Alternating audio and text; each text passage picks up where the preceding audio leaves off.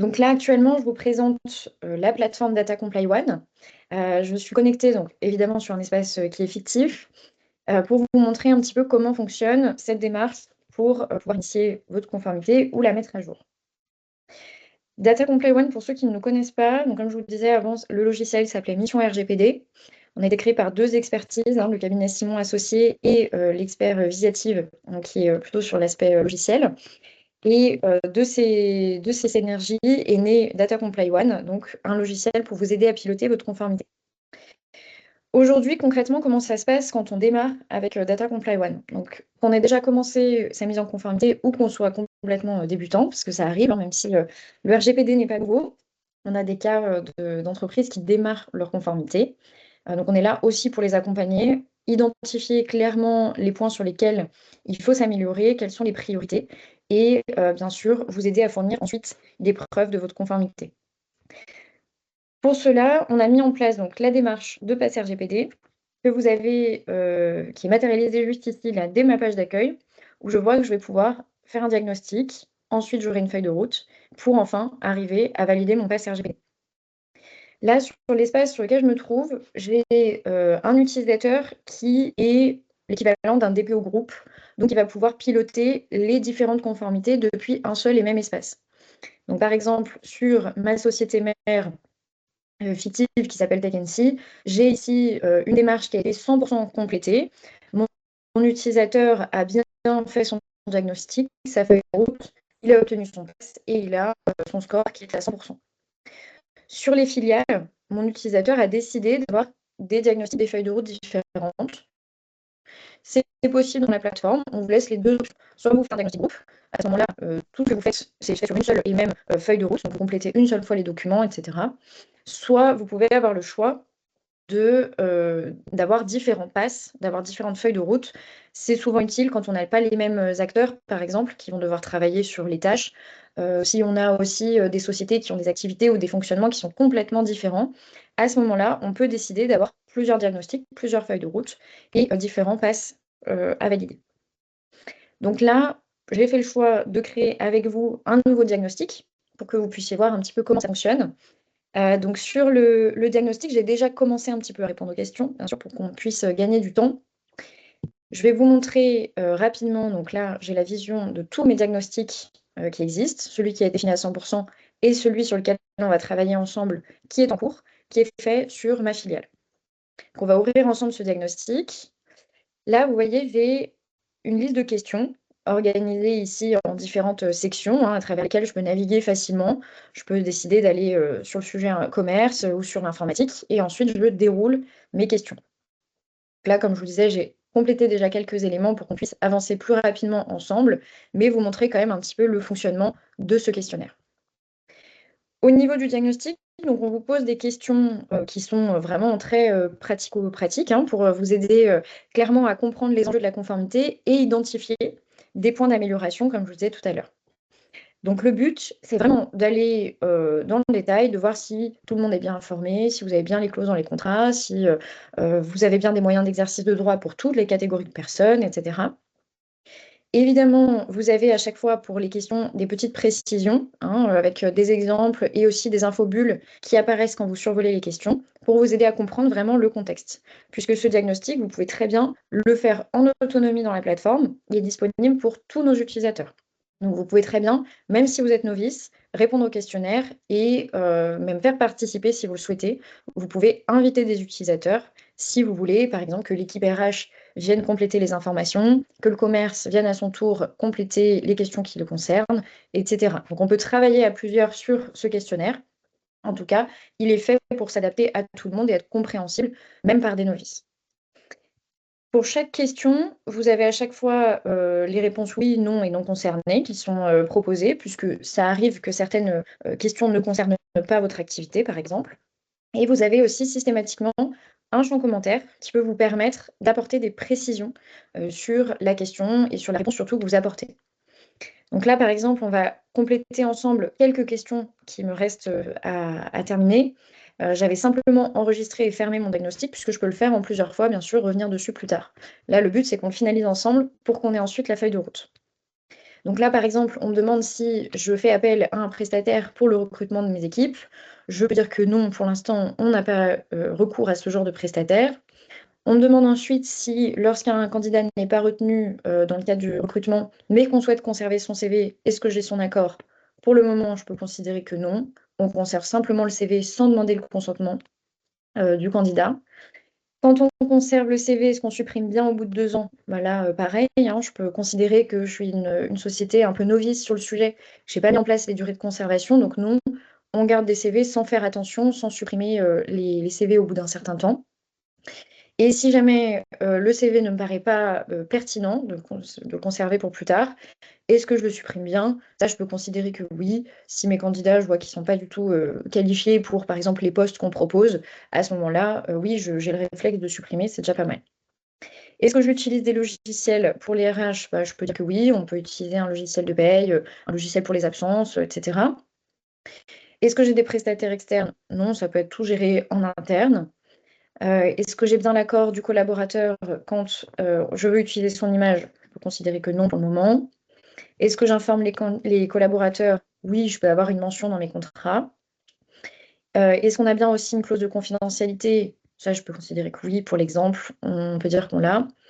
Et enfin, est-ce que j'ai un moyen d'exercice de droit pour mes candidats et mes collaborateurs? Je peux considérer que non, pour le moment, je n'ai rien. Donc là, vous voyez que j'ai répondu aux questions. Tout mon diagnostic est à 100% et je vais pouvoir valider, une fois que j'ai répondu à toutes mes questions, valider ce questionnaire. À ce moment-là, vous allez avoir la feuille de route qui est créée par la plateforme. Donc, c'est-à-dire que le logiciel prend en compte toutes les réponses que vous avez données dans le diagnostic et en fonction de vos réponses, va créer une feuille de route qui va être adaptée aux réponses que vous avez données et qui vous permet derrière d'avancer sur votre conformité. Donc là, vous voyez, j'ai ma feuille de route qui vient d'être créée. Mon utilisateur qui a généré le diagnostic et la feuille de route a accès directement. Et j'ai même paramétré avant la présentation des équipes pour pouvoir faire participer, vous voyez ici mon utilisateur Didier Roland, qui va venir compléter les tâches qui concernent l'informatique et la sécurité. Donc, le diagnostic et la feuille de route, comme le reste de la plateforme, sont pensés pour pouvoir travailler ensemble, puisqu'on a toujours différents cas.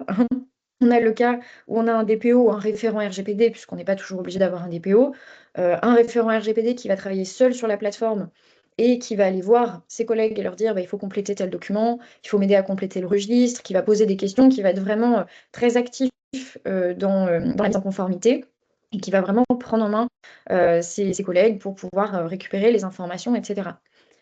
Ça, c'est souvent le cas dans les organisations dans lesquelles les référents opérationnels ne sont pas forcément très impliqués, pas forcément sensibilisés aussi au sujet, pas formés. Et la deuxième cause, ça peut être aussi quand on a des personnes qui n'ont pas forcément le temps, qui ne priorisent pas le sujet. Dans ces cas-là, ça va être intéressant d'avoir un référent ou DPO qui va être vraiment proactif, qui va prendre par la main ses collègues et qui va les aider à utiliser la plateforme ou qui va travailler seul et renseigner les informations qu'il lui donne. Ça, c'est le premier cas. Et deuxième cas, qui normalement est un idéal pour les DPO ou référents RGPD, c'est d'avoir des équipes qui sont vraiment actives sur la plateforme, qui vont venir renseigner leur traitement dans le registre, qui vont expliquer leur fonctionnement, les outils qu'ils utilisent, etc. Et qui peuvent aussi être actifs sur la feuille de route pour participer, pour compléter des documents, pour faire des déclarations, voilà. Donc la plateforme, elle est pensée pour fonctionner avec ces deux cas-là. Donc que vous soyez dans l'un ou l'autre, que vous n'ayez pas encore commencé votre conformité, que vous ne savez pas trop comment vont réagir les équipes, dans tous les cas, la plateforme s'adapte à votre fonctionnement. Pour vous présenter maintenant un petit peu les tâches de cette feuille de route.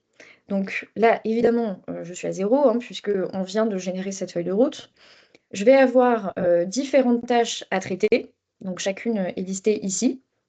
Pour toutes les tâches, j'ai une priorité qui est donnée par les équipes de Data Company One. Donc, on a priorisé pour vous les tâches pour que vous sachiez par où il faut commencer, quelles sont les plus importantes en fonction des réponses que vous avez données.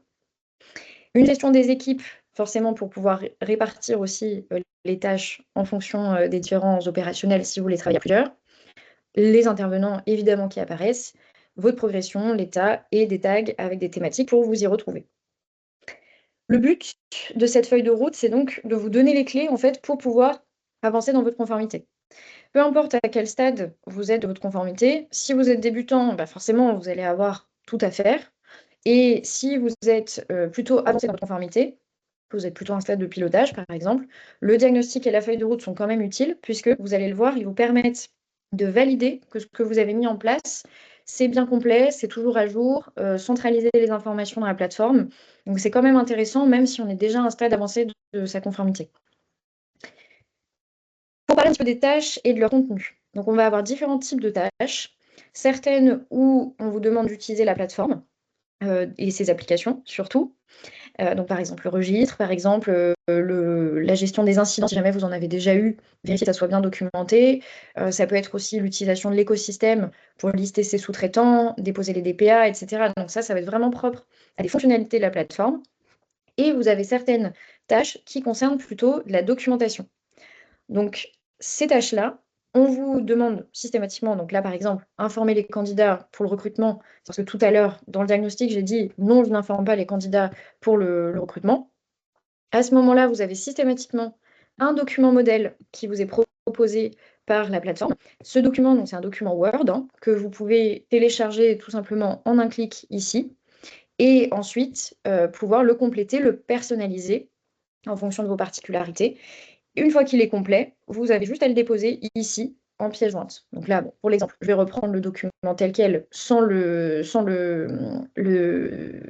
pardon, j'ai pas pris le PDF, sans le modifier, mais c'est simplement pour vous montrer l'exemple de comment ça fonctionne.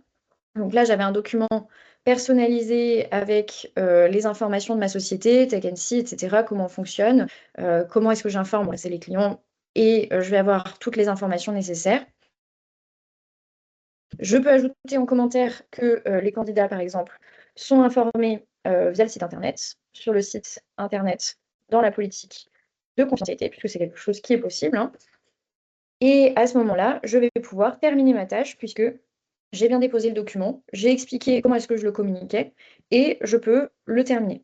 À ce moment-là, ma tâche passe à 100%, je sais que je n'ai plus rien à faire dessus. Donc ça, c'est le fonctionnement des tâches avec les documents à déposer.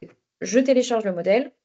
Si j'ai déjà un document qui existe et qui répond à la question, répond à la tâche, bah, ça me permet quand même de comparer le contenu de mon document existant et celui qui est proposé par la plateforme pour voir si ma version est bien à jour, bien complète, s'il n'y a pas des choses que je peux améliorer.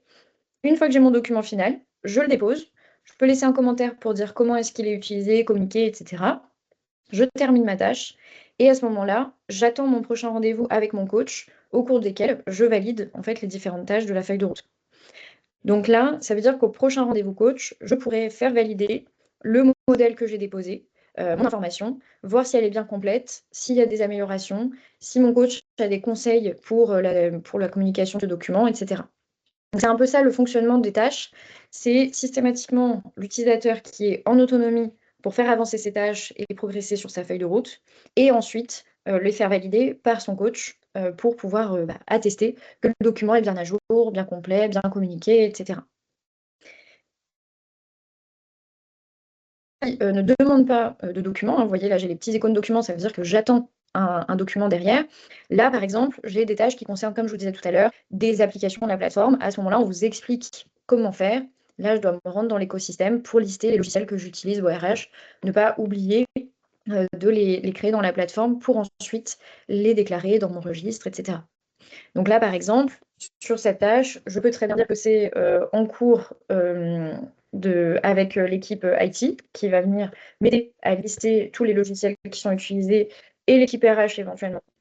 Il va aussi m'aider à voir quels sont les logiciels utilisés et je peux faire bouger la progression pour dire, bah voilà, j'ai pas encore terminé ma tâche, mais je suis en train de la traiter avec les équipes concernées. Et à ce moment-là, j'ai un vrai outil de pilotage qui me permet de savoir où j'en suis dans l'avancée de mes tâches. Concernant les tâches, je peux aussi, si je le souhaite, attribuer les tâches ponctuellement à d'autres utilisateurs.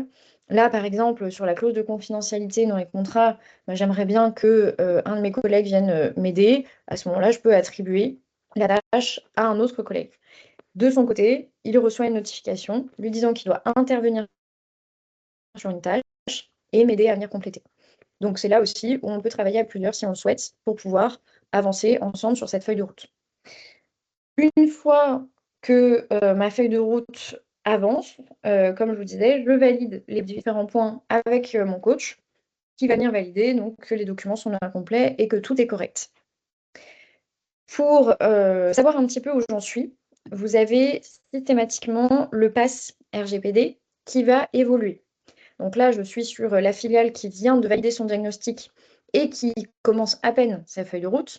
Donc c'est normal que pour l'instant, mon label soit en cours, que mon score pour l'instant n'est pas très bon, puisque au niveau de ma conformité, je débute. Et ma feuille de route, j'ai tout à faire, donc forcément la progression n'est pas très élevée. Donc ça, c'est vraiment un tableau de bord sur lequel vous allez pouvoir voir un petit peu où vous en êtes. Comme je suis utilisateur, je vous disais tout à l'heure, qui est DPO groupe, j'ai une vision sur différentes entités. Donc je peux voir par exemple que sur ma société mère, pour le coup, on a un très bon score puisqu'on a tout validé, on n'a plus rien à faire sur la feuille de route et j'ai bien tous mes documents qui sont disponibles. Ça, c'est tous les documents que j'ai déposés en version finale sur ma feuille de route. Je peux les consulter, aller dans mes ressources et voir l'intégralité des documents que j'ai déposés dans ma feuille de route pour pouvoir les télécharger, les communiquer, etc. Puisque c'est aussi ça le principe de ce pass RGPD, c'est vous guider pour savoir ce que vous devez faire, parce que ce n'est pas toujours évident de savoir comment est-ce qu'on doit avancer sur sa conformité, quels documents il faut compléter, comment les communiquer, etc. Donc la feuille de route, elle vous prend vraiment par la main pour pouvoir avancer sur ce sujet-là.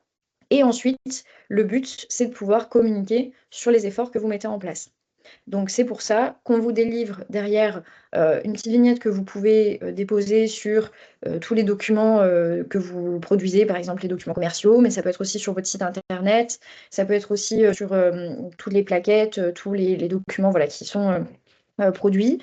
Au moins, ça montre que vous êtes engagé, que vous avez une vraie démarche qui est mise en place. Et en complément, vous avez aussi une attestation et un kit de communication qui vous explique comment utiliser votre pass, comment utiliser la documentation, mettre en avant finalement votre conformité. Donc tout ça, c'est disponible pour nos utilisateurs qui ont la formule coach DPO ou la formule avec un DPO externe qui sera présenté jeudi lors d'un webinaire également. Donc si jamais ça vous intéresse de voir comment la plateforme peut vous accompagner aussi avec un expert qui fait ce qu'il faut à votre place dans la plateforme, vous avez un webinaire aussi qui est prévu jeudi sur cette thématique. Donc la démarche feuille de route et diagnostic est disponible pour tout le monde.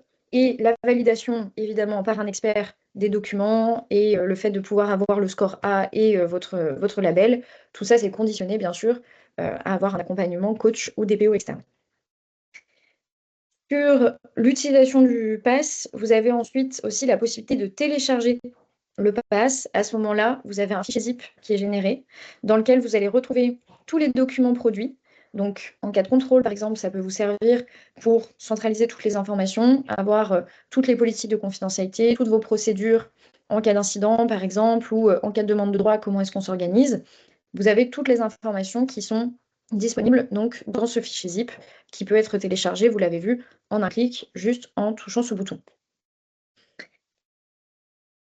Au niveau de la communication, vous pouvez aussi, bien sûr, utiliser ces informations sur votre progression, etc., pour votre bilan annuel, si jamais vous en faites un, ou si au moins vous faites du reporting sur la conformité RGPD, savoir un petit peu où vous en êtes, quelles sont les difficultés qui sont rencontrées, les points sur lesquels on a du mal à avancer.